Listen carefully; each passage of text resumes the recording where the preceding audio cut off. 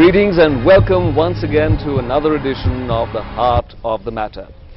Welcome in particular to the ruins of what was once, about 600 years ago, a wonderful city. The city of Firozabad, built by Sultan Firoz Shah Tughlaq. Firozabad was practically a third of the size of the present city of Delhi. To give you an idea, it stretched from Horse Khas in the south right up to the ridge in the north.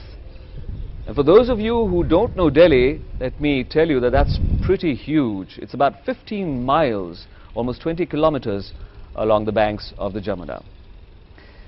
This was the third of the 7 legendary cities of Delhi. But as happened, this beautiful and planned city decayed and crumbled over time. And eventually it was vandalized by the residents of the succeeding cities of Delhi, Deepana and Shahjahanabad. The well-known Shahjahanabad, where you have the Red Fort and the Jama Masjid and Chandni Chowk. These ruins then are an ideal location for the setting of our present debate. The topic being that this House believes that the future prosperity of India lies in planned urbanization. Not just because of what has happened to Firozabad and to countless other cities on the subcontinent over the centuries, but because demographers have predicted that over the next 40 to 50 years, if present trends continue, India will have more people living in urban areas than in rural areas. India will become a largely urban country. And we all know what condition our cities are in today, don't we? So clearly there's no time to lose in planning urbanization if that is what we need to do. But does that mean that we forget our villagers, those vast rural hinterlands, the rural populace? Well, in this edition, we are going to be helped to get to the heart of the matter by a very distinguished panel, whom I will introduce you in just a short while.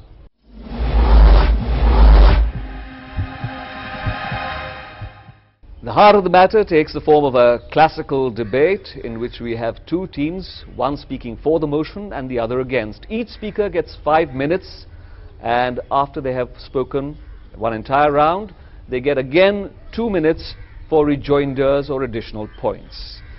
At the end of the rejoinders, we throw the debate open to the audience for questions from the House.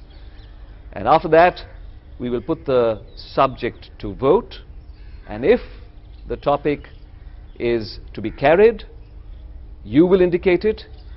If it is to be defeated, you will indicate so. So, let me introduce you to an extremely distinguished panel that we have with us to help us to get to the heart of the matter. We are very pleased indeed to have with us the Honourable Minister for Urban Development, who is one of the most eloquent and articulate members of the Union Cabinet, Mr. S. Jaipal Reddy. Speaking for the motion with him on his team is Mr. R.K. Chaturvedi, who is a Director, Urban Development in the Ministry of Urban Development. And speaking against the motion, we have an equally distinguished team. We have ANIL LAUL, who is an architect who chooses to describe himself as an architect, but is very critical of his fellow professionals. We will hear why very soon.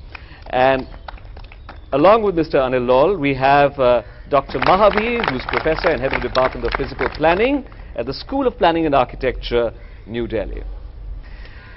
Well, before we try to get to the heart of the matter, the subject of this debate, let us take a look at a film which gives us an idea of the challenges of urbanization in India. The 21st century is set to transform India into an urbanized country, with the balance of populations shifting from rural to urban areas. This growth is taking place in small and mid-sized towns and not in the large cities. Projections show that another 140 million rural dwellers will move to urban areas by 2020, while a massive 700 million people will urbanize by 2050. Looking at past statistics on urbanization, the policies of urban development and housing in India have come a long way since the 1950s. Urban Land Ceiling and Regulation Act was enacted to prevent concentration of land holding in urban areas and to make available urban land for construction of houses for the middle and low income groups. Goals of National Housing Policy was announced in 1988 to ensure adequate housing, improve housing conditions of the inadequately housed, provide minimum level of basic services and amenities to all.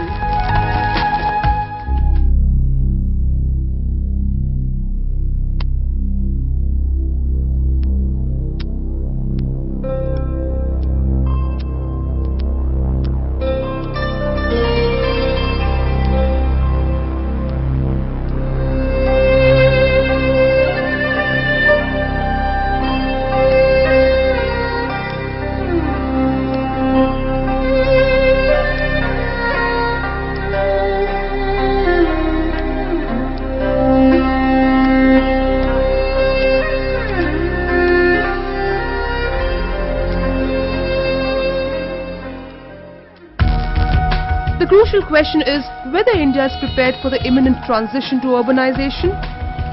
Despite numerous efforts, it cannot be denied that urban India faces serious problems because of population pressure, deterioration in the physical environment and quality of life. Traffic congestion has assumed critical dimensions in many metropolitan cities. The urban poor in India are forced to live under unhygienic conditions in slums lacking basic amenities. The Constitution's 74th Amendment Act 1992 had unleashed a new era of dynamism and reform in urban India. The salient features of this act are that Constitution through universal adult franchise in each notified urban area of the country of urban local bodies known as municipal corporations, municipal councils and Nagar Panchayats depending on the population will be constituted. Such bodies will be constituted for a period of 5 years. And elections to reconstitute it shall be completed before the expiration of a period of 6 months from the date of its dissolution, if this is earlier than 5 years. The legislature of a state may by law entrust on these bodies such power and authority as may be necessary to enable them to function as institutions of local self-government. Constitution's 74th Amendment Act 1992 turned the urban local bodies into vibrant self-governing institutions and ushered in a new era of urban governance and urban management in India. But there are growing demands for more focused and planned approach for rapid and balanced urbanization. This is Natasha Jha for Loksabha Television. And so, down to the debate. The topic being, this House believes that the future prosperity of India lies in planned urbanization. Speaking for the motion and leading the debate, we have the Minister for Urban Development, Mr. S. Jaipal Reddy. Mr. Reddy, your 5 minutes commence now. First of all, I think we all need to get historical perspective right. There has been urbanization since the dawn of civilization. However, industrial revolution has given a quantum jump to this process of urbanization. I am told at the beginning of 18th century, only 2% of people in the world were living in urban areas. I don't mean to say we did not have great cities in the past, but urbanization as a phenomenon has picked up momentum following the industrial revolution. In 20th century, at least the latter part of 20th century, has witnessed huge urbanization of developed countries. Now it is the turn of the developing countries, including India, to witness similar urbanization. If present accounts are to be true, by 2050, more than 60% of Indians will be living in urban areas in India. By that time, our population will cross 1.5 billion. In other words, more than 800 million people will be living in urban areas. As of now, only 30% of people live in urban areas. In the next few decades, there will be huge migration from rural areas to urban areas. I don't think we are debating like in a school as to whether we should make a choice in favor of urban areas as against rural life. I don't think we have a choice to make. This is an irreversible, inexorable process that will go on whether we make the choice or not. Therefore, I believe we must prepare ourselves for this challenge of urban change, for this urban explosion. In our country, urban development, urban transport, important as they are still state subjects. The central government has no debt control. There was one reason why the government of India was not taking adequate interest in this process. However, the present UPA government has launched a huge historic mission named after our first great Prime Minister, Jawaharlal Nehru. It's called Jawaharlal Nehru National Urban Renewal Mission. Under this mission, we have chosen as many 63 major cities. There is another submission which deals with the housing and the urban poor. We also have schemes for small and medium towns. In the next 5 years, we are hoping to raise 1 lakh crores additionally. That means besides what the municipalities, urban local bodies, state governments will be doing, to see that our urban areas are planned and provided with basic facilities. While we give this money, we are insisting that the urban local bodies and state governments follow certain rules and regulations, implement certain reforms. The government of India will not give money to states where the 74th Amendment to the Constitution is not implemented. In other words, where elections are not held. You have about a minute left, Mr. Reddy. So only recently I had a meeting with the Chief Minister of Jharkhand, who wanted money to be made available. I told him categorically, he is political on the same side as myself, that unless the elections to urban local bodies are held, I will not give the money.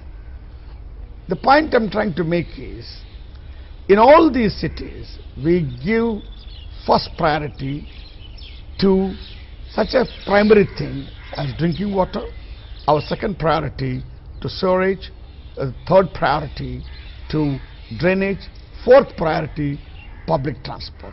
I believe planning is a critical input that's required for urban challenge that India is to face in the next few decades. All right, I'm afraid your time is up. Thank you very much indeed, Mr. Reddy, for initiating this debate. And to lead the arguments against the motion, I am going to turn to Mr. ANIL LAUL, architect. Mr. LAUL, your 5 minutes commence now. Right. Let me begin with agreeing with the Minister on the areas that need to be examined, whether it's water, sewage, etc., etc. But thereafter, I disagree with the total manner in which the RUM is handled. Go back in history. Sir, you started with history, so I take you back in history. Don't go back to Nehru. Don't go back to Jawaharlal Nehru. Go back to Mr. Gandhi, Mr. Mahatma Gandhi. He did not say National Urban Renewal Mission. His target was rural-urban mission. It was suburbanization he was talking about, power to the villages. The entire argument by the Honorable Minister has been on urban development. The graph will go up, so many more people come in. That's a very, that's something that we got caught in all the time, you know, because a graph always seems to go up. But we have to understand that we've been taking the graph up and saying that so many people are going to, you know, this is so much going to be the increase in the urban areas. But that graph's got to come down. How do you get the graph down? If you want equitable distribution, or if you want what is called human settlement design, then it's not JNURM. It's the urban renewal. Now, it's Mr. Reddy's government is in power. 74th Amendment he talks about, and they say, you know, 74th Amendment is one great thing that Mr. Rajiv Gandhi came up with. But I don't understand why that 74th Amendment is not being understood. It is power to the people at the villages. It is not a matter of just having election, having a municipal body, therefore we won't give you money. The 74th Amendment is much wider than that. And it's very unfortunate that his wife is running the government and has not looked into the basic reason that he fought for. That's quite a pity.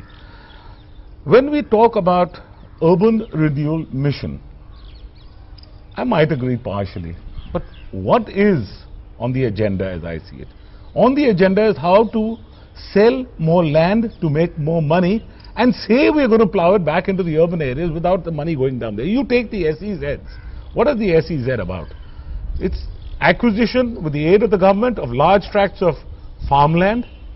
The fundamental of SEZs is incorrect. You only use wasteland. Industry always came up on wasteland. We have 28% wasteland. Why can't it come in wasteland? Why can't it come in the non-pastoral land?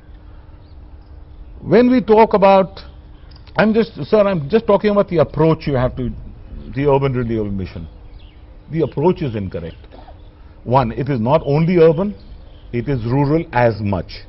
When you talk about you need water, and your water standards have been set up, you don't have water because we don't even know the fundamental principles of water. We are being forced with Euro 2 norms, and this is the rate. You know that soft water is killing you. Soft water is killing you. The body requires hard water. Soft water standards have been devised around soap. Do you mean to say soap is going to determine how you and I are going to live? It's ridiculous. The first chapter of the PWD manual says that kitchen bath waste will not be mixed with the sewage. If you separate the two, which was in your manual, if you separate the two, then you don't have infrastructure problems in Delhi. I can guarantee you, you won't have problems. But look into the very fundamentals of human settlements and how it was done. People in these settlements ate much more than us. What they passed out in the morning was much larger than us. The density within the walled cities was much higher than the densities of Delhi. How come they didn't have the problems we have today? Our compere said that I blame the architects also, because within our architectural profession or our planning profession, we have taken norms which are totally alien. Now you talk about urbanization and we talk about comparing our urbanization with what's happening in the West, and that is the only way to go, and we talk about the Industrial Revolution. Let us talk about how sustainable are they. The US today is the largest consumer of energy. It is going to have probably the largest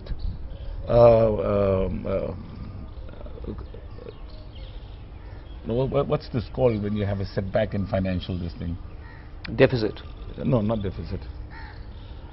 But it's going to be then the largest. I just can't remember the word at the moment, the exact term for it.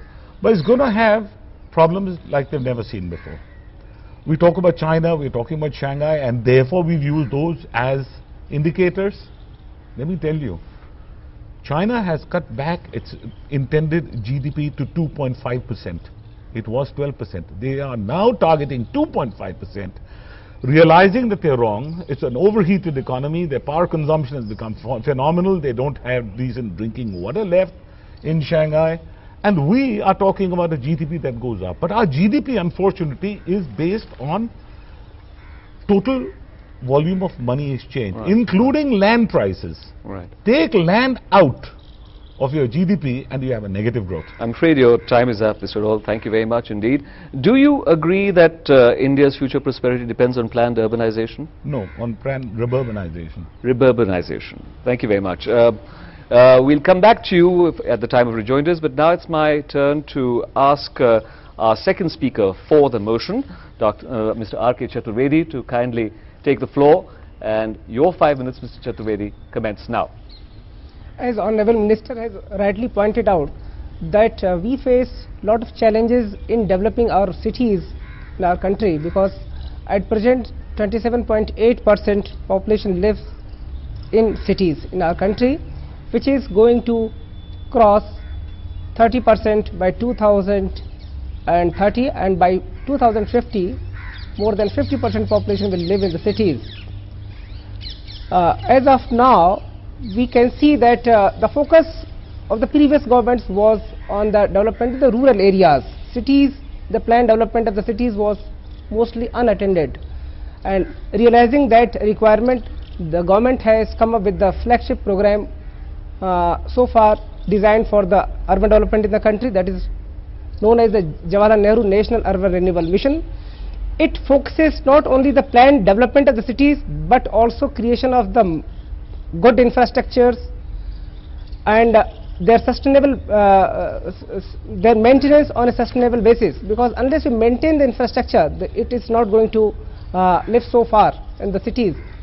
And Minister has rightly pointed out that urban sector is mostly it is the state subject, and Government of India supports the state governments in development of the infrastructure in the cities, which we are really now sincerely we are taking the part in the under JNNURM. In this scheme, we will provide, the Government of India will provide the central assistance to the tune of 50,000 crore rupees over next 7 years, and remaining will come from the state budget and the local bodies contribution also. And we are giving focus on the development of the inner core areas, providing safe potable drinking water to the citizens living in the cities, sewer systems, totally laying the new sewer lines. The garbage is now a menace in the cities. The scientific handling of the garbage system, solid waste management, and the widening of the roads and the integrated transport system in the cities, we are focusing on this. And I would like to inform you that every government, even the ULVs, they are coming forward for assistance under this scheme. And this scheme is not totally the grant by Government of India. We focus on certain mandatory reforms which has to be undertaken by the state governments and by the local bodies to access the funds under this scheme. The state governments, everybody has agreed to the reforms, and reforms are now, Government of India is signing a tripartite agreement with the state governments and the local bodies concerned to access the funds. And we are providing the funds, and unless they are very sincere, very serious to the timelines they have indicated in the reforms agenda, we are not going to provide the further assistance under this scheme.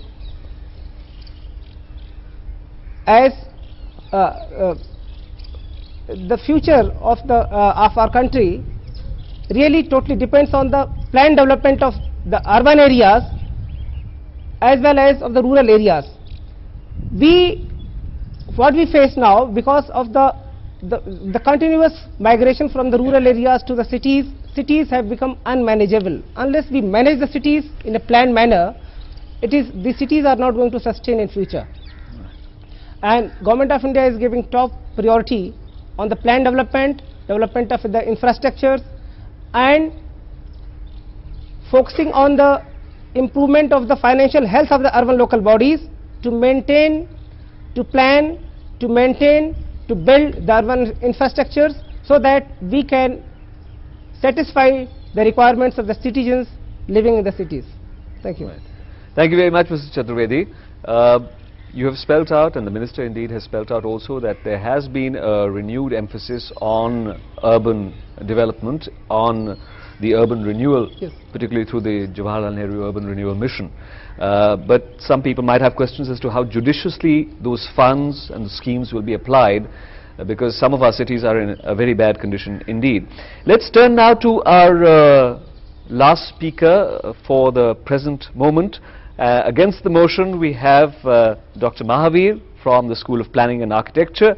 I'm sure he'll give us a perspective on the subject, which is of course that the future prosperity of India depends on planned urbanization. Dr. Mahavir, your 5 minutes start now. Thank you, Mr. Tandon. I wish the topic was so simple that I could really divide it into the favor of motion or against the motion. But, let us see what is prosperity. I mean, do we mean that everybody having a car, everybody having access to malls, everybody having access to purchase power? Is that prosperity? Or the prosperity is that the poor farmer living in the village does not have to get loans at a very, very high price, does not have to commit suicide for a few grains for survival of his family? I'll come to what is planned urbanization also. Do we mean by planned urbanization just putting on adding numbers to the cities?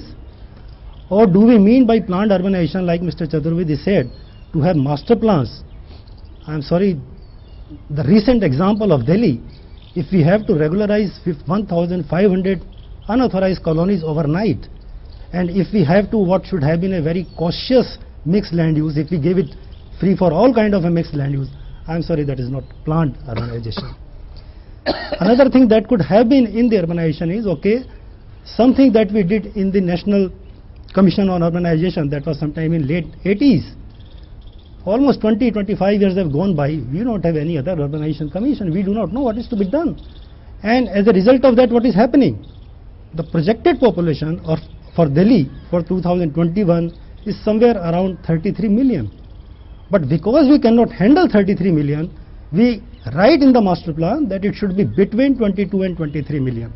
My own estimates are even in 2011 the population will be 20 million. What to talk about 2021?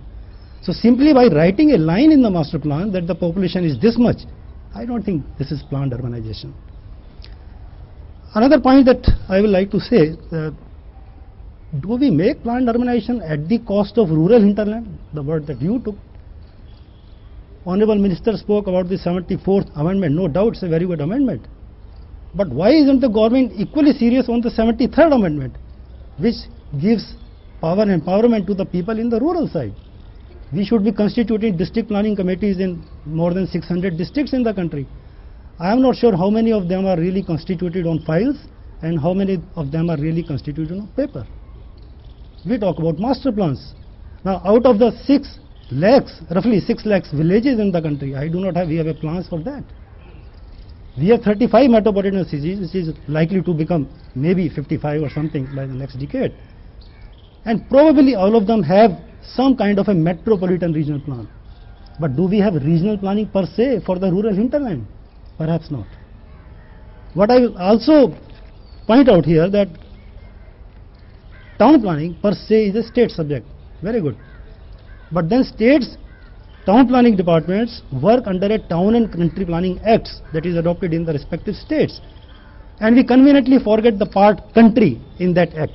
We are very much bothered about the Jawaharlal Nehru mission, so that these 63, I am not against these 63 cities, but there are very, very large number of villages and countryside also. Honorable President spoke about Pura, and we conveniently forgot about it. To my knowledge, it has remained only a paper document. So I think it will be difficult. I will come back to what I said in the beginning. I wish it was a simple topic. I am not against urbanization per se, but urbanization at the cost of rural hinterland, urbanization at the cost of regional planning, I am afraid I cannot be for the motion. Thank you. Right. Thank you very much, Dr. Mahavir. Urbanization at the cost of rural development, I'm sure most people would say that is not acceptable.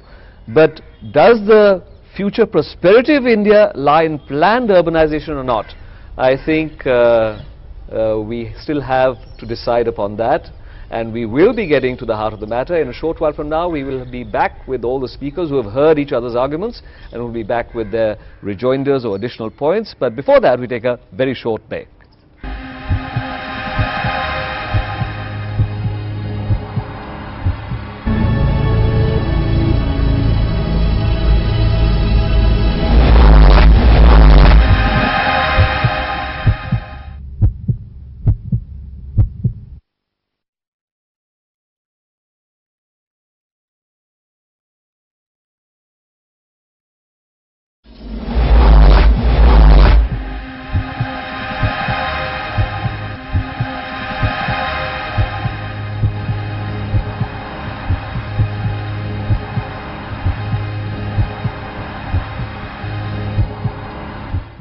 Welcome back.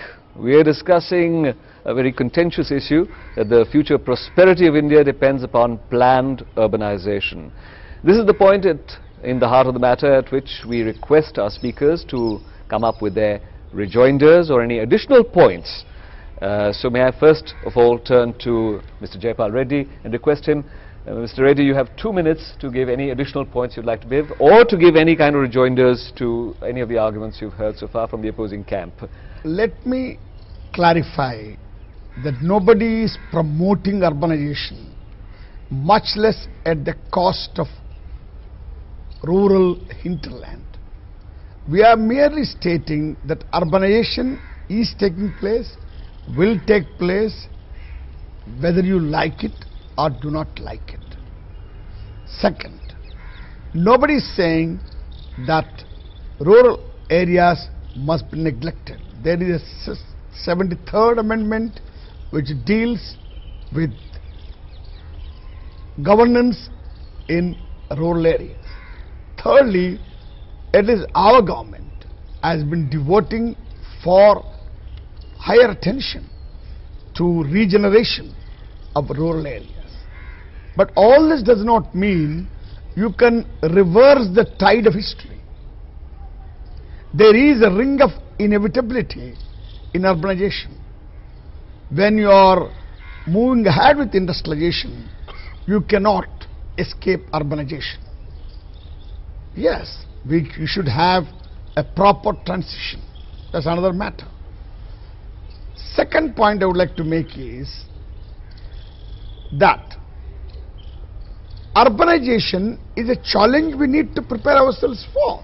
How do we do it without planning? I am rather surprised that Dr. ANIL ji and Dr. Mahavir, who should know better than I in this matter, should get into this kind of false contradiction. Dr. ANIL ji, was trying to say the special economic zones are meant for urbanization. Special economic zones are meant for promoting export growth, for promoting industry. Special economic zones need not be set up in urban areas. They can be set up in coastal areas. They can be set up in urban areas too. I think we should not keep looking back. We must certainly improve the lot of the people in rural areas. That's what we are doing. I have been elected 10 times from rural areas. I'm still handling urban development ministry. There is no contradiction. I request everybody not to see contradiction where none exists. Thank you very much, Mr. Reddy, for your very cogent arguments there. Speaking against the motion, we have immediately Mr. ANIL LAUL, who will perhaps contradict what the minister said. See, the idea is not a contradiction. The idea is to even understand what are we doing. To say moving forward that we shouldn't go backwards. Wisdom lies in seeing tradition. Wisdom lies in looking over your shoulder and then moving forward with caution. Because everybody is moving forward, you say that's the only way to go. No, because after that you also have a fall. But unless you re-evaluate what were the things that the people of the past did that didn't get us into so much of a mess. I never said that I'm not against special economic zones, but what I said, they should be in the wasteland because they don't need agricultural land. And the wasteland, what we term as wasteland, and my expertise and my forte is wasteland development, And I can prove to you any time that on wasteland you can get better human settlements. Delhi has an area of 1483 square kilometers. Only 782 square kilometers has been urbanized. What is the problem? Where is the problem? It is just we have no clue of what planning is about. Absolutely no semblance. And you make a plan. What is the plan you see in Delhi? Build more floors, more FSI. That's not planning. That is a political gimmick. I'm sorry I disagree up to that extent. I'm very, very vocal about this. Planning is for human settlements how people survive. Today you say urbanization, and yet in Delhi you have bad roads, you have bad transport, you have no water to drink, you have no gas, you have nothing of anything. And you only have the Delhi Development Authority, who's a bourgeois trader in black marketing land. And land buying and selling and getting the money for. I don't agree with, I go with the SEZ, but the SEZ should be in the rural area and should be suburbanized. That means it should see the standards not of the SEZ, as the minister has been quoting, way forward, no. Way to meet the needs of the people whose lands have been taken over, and you can't say because you're going to have 30% urbanization, you forget 70% of the population. That's putting the cart before the horse. Right, I'm afraid your 2 minutes are up. Planning Thank you very much, planning. Mr. Lal. We'll come back to you during the question and answer session with the audience.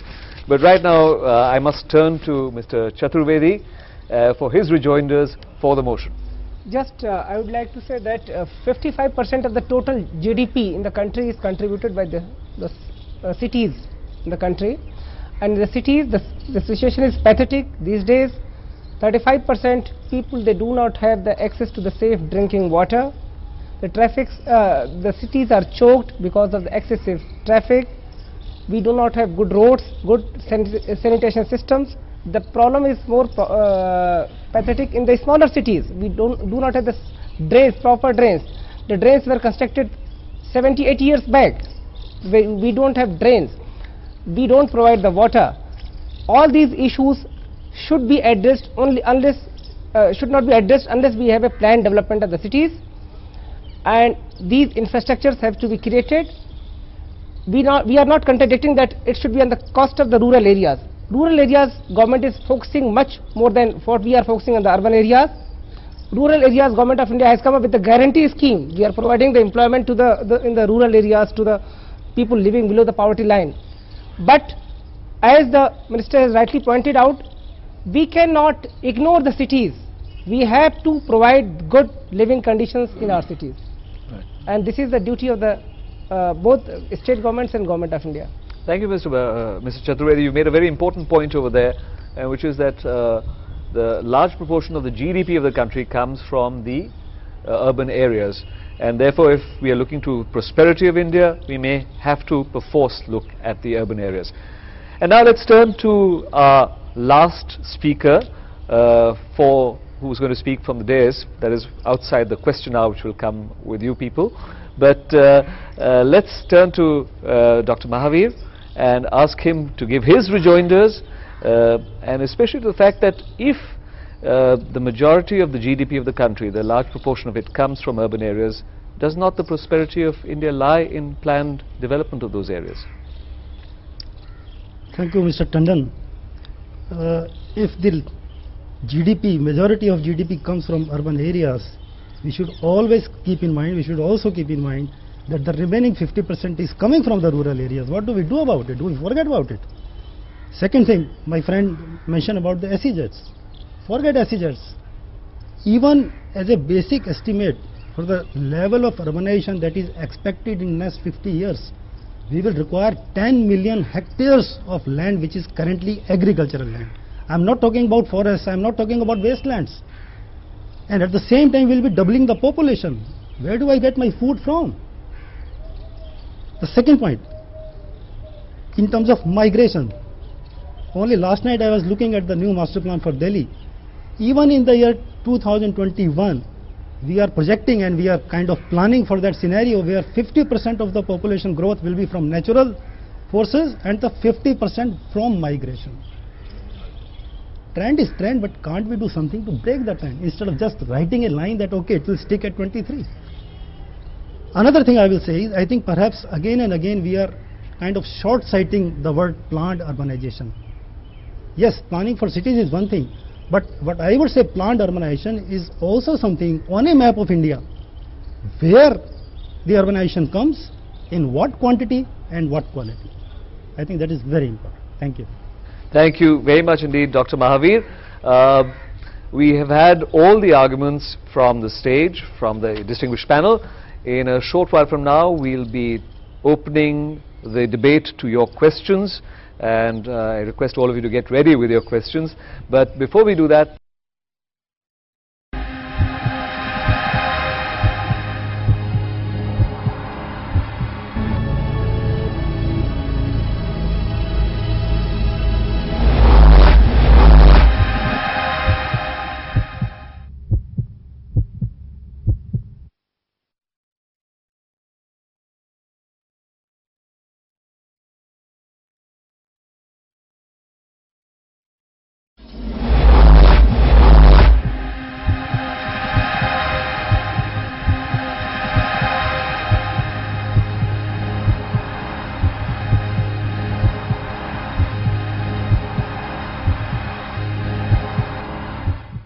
welcome back to the heart of the matter.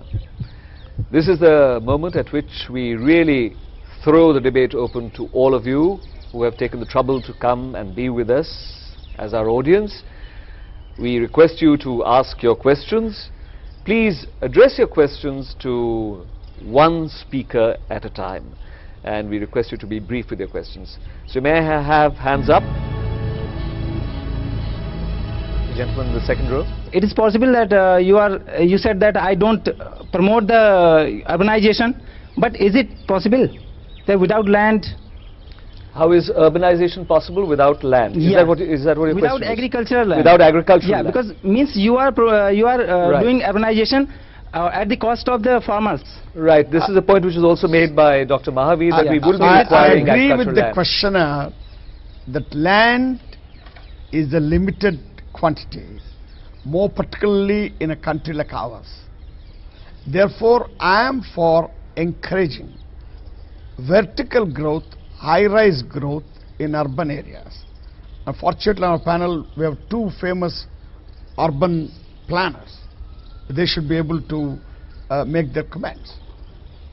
We should try to accommodate as many people as possible and as limited urban area as possible. As for special economic zones, they are meant for promotion of exports. They could be promoted elsewhere.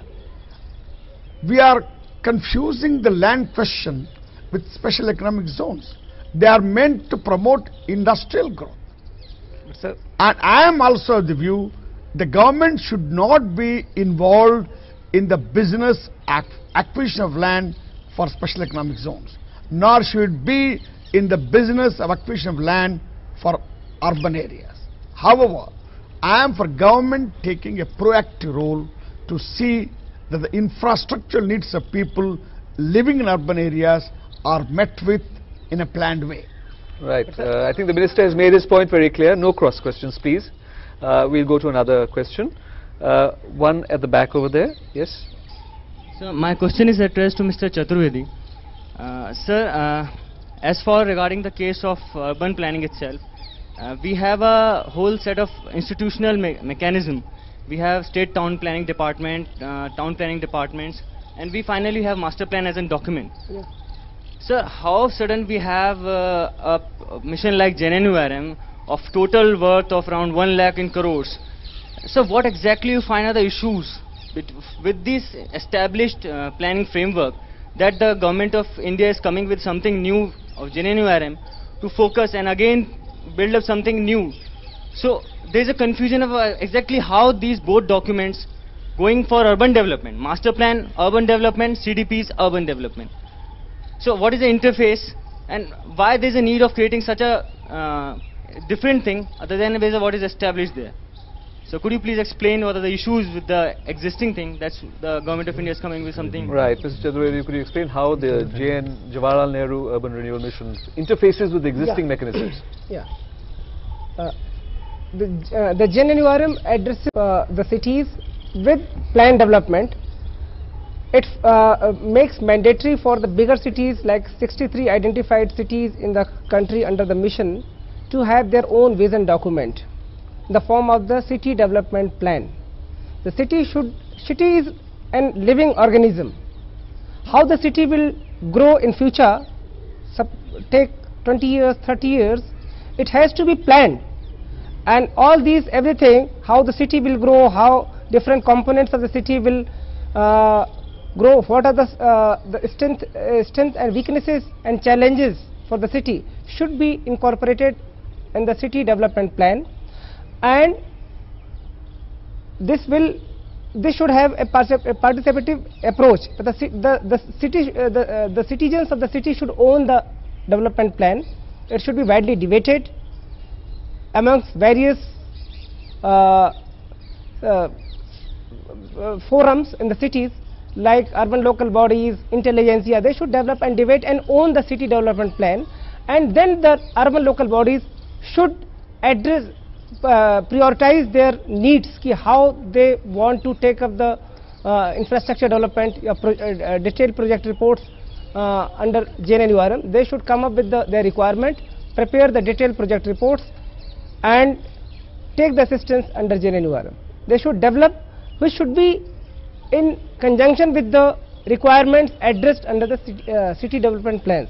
For smaller cities, though these type of documents are not necessary, it is not mandatory, but we are requesting the cities that you also require some sort of a plan document, some sort of a vision document, so that you can guide your the cities, how the cities will develop, and you can take up the infrastructure projects under this.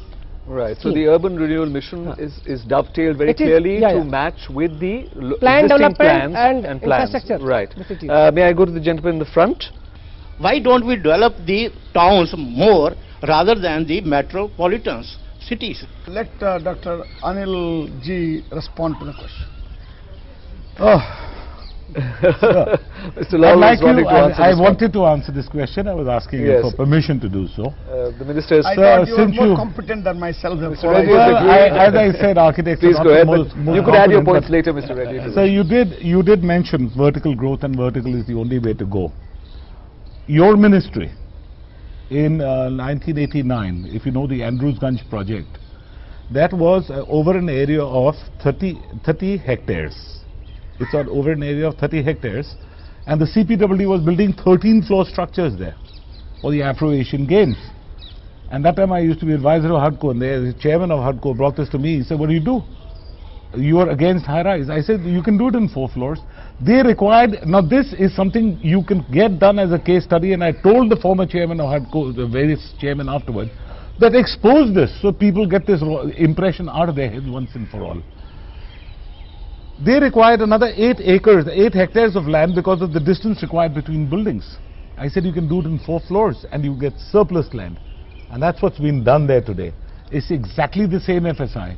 Vertical growth does not give you, this has been proved time and again, even in the city of London.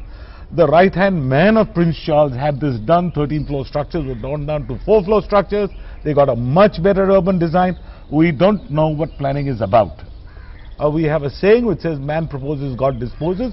In this country we have a system which says man proposes, CPWD disposes, and that is the core of your problem. Wherever you have commercialization, everywhere in the world, even Tony Blair's house is straight on the road. People have voluntarily done this. You remove the front side setbacks and the back setback. Today you have dengue because you have back lanes, back setbacks. Remove those. Tell them if you want to commercialize, you want more FSI, you will have to give up these because this is the envelope you were allowed to build. That becomes a walking street suddenly. So the houses which are good in front also become good at the back. I'd like the minister also to answer this question, with the original question, which was how would you spread horizontally rather than vertically? The point is, one is not saying that vertical growth is desirable. One can discuss this proposition. The debate is going on at the global level as well. But in a city like Delhi, where the borders are strictly limited, land is a more scarce commodity than in Mumbai. At least in Mumbai, you can grow in the direction of Pune. You can, if necessary, reclaim land, encroach upon the sea. 1483 square kilometers, only 782 is urbanized. May I just request one person at a time, please? But in Delhi, in spite of these constraints, we have been able to maintain nearly 20% of the green, which is the highest in the country, maybe among the highest in the world. If we are to maintain this kind of green, there is no escape, I'm afraid, from vertical growth. Secondly, it makes more sense economically to go in for vertical growth because it costs less in providing infrastructure services. That, of course, is for the experts to comment on. Another question? Yes? My question is deliberately not to the government bench. My question is to the opposition bench, to the people representing civil society. Right. Why is it that the people of Delhi have not put their resources and talents together to come up with a cogent vision which requires work, and why has it not happened? Well, that lead us down a long and winding road of sociological and social considerations. Short answer each. I think Dr. Mahavir first of all, because he has not answered any question so far. In the specific case of Delhi, I think yes, there is people's participation. Unfortunately, the time and the energy and the seriousness given to the people's participation component of plan preparation exercise was too less and too meager compared to the time and the energy spent subsequently. I would quote just one little example. I made a submission when there was opinions and objections invited. I received a letter to come and give my submission in front of the committee. I received the letter in the evening when the appointment was in the morning. This is the way of people's participation. One little Very little. Very short. Sir, give me one answer. Do you have an architect? We condemn, of course, I say the architects, planners are at fault. Do you have an architect or planner in the planning commission? Do you have it in any district planning authority? Because you have an economic plan. You do not know what planning is. You never introduced planners into the planning commission. We've been fighting for it. Why don't you have them? That seems to have struck a popular chord, Mr. Minister. Yes. I agree with him. I take the point, but to that point, it confirms the need for planning. Correct. But you have to plan with the past. I think the minister has scored a wonderful debating point there. Whether it translates into policy decisions later on or not, whether he can persuade his colleagues in the cabinet to take a decision in this matter on the issues that have been raised by Mr. Laul about the need for architects to be associated with the planning commission, I cannot say. But very shortly we're going to find out who you, the House, think has scored more debating points or has convinced you with their arguments. The subject of the debate, and I might remind you, is that the future prosperity of India depends upon planned urbanization. We'll take your call on this in just a short while from now, but for the moment, it's a short break.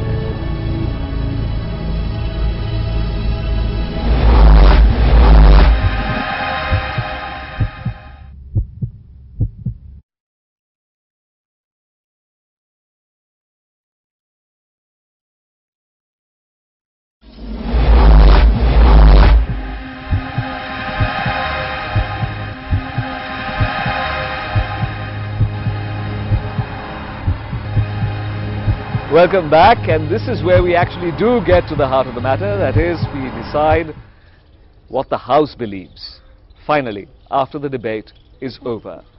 You've heard eloquent arguments on both sides. The subject, as I remind you once again, is that the future prosperity of India depends upon planned urbanization. Those who believe that the team arguing for the motion has convinced them, please raise your hands now.